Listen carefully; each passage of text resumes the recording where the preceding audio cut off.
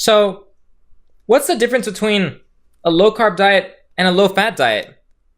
And why is it that if I cut some carbs just a little bit, I just feel so exhausted all the time that I can't do anything, that there's just not enough energy?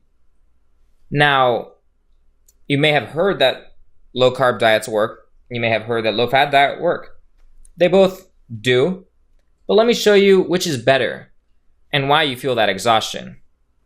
The debate between nutrition experts roars on. Large headlines and big organizations have been quick to jump on the back of the wave of low-fat hysteria.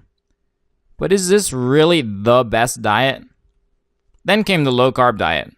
When people tried it, and when most people I've seen try it, they feel very low in energy and feel like they can't do anything without quickly feeling exhausted or irritated.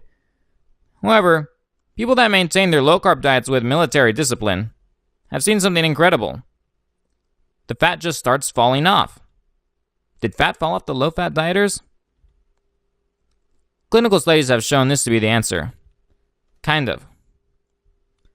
While low-fat dieters lost weight, most studies have shown that low-carb dieters lose between 2 to 3 times more. I can show you the data from several clinical studies to support this, but nothing beats knowing this from personal experience to me.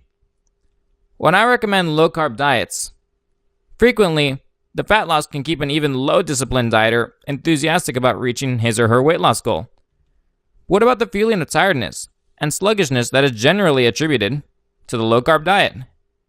How can someone remain enthusiastic if they feel exhausted?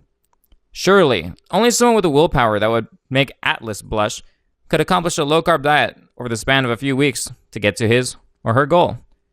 But let me tell you something. Remember the first lecture of this section? Food is energy, but different food does have different amounts of energy. Obviously, pizza has more energy than a slice of chicken breast. So why am I telling you this? It's because carb-rich foods, such as bread, pasta, and pizza, have a lot of energy and relatively small portions. By comparison, you'd have to eat quite a bit of salad to make up for the same amount of energy of an entire pizza.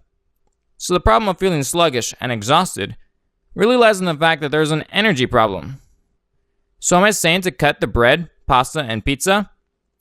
Like in the first lecture, of course, you still need to replenish your energy.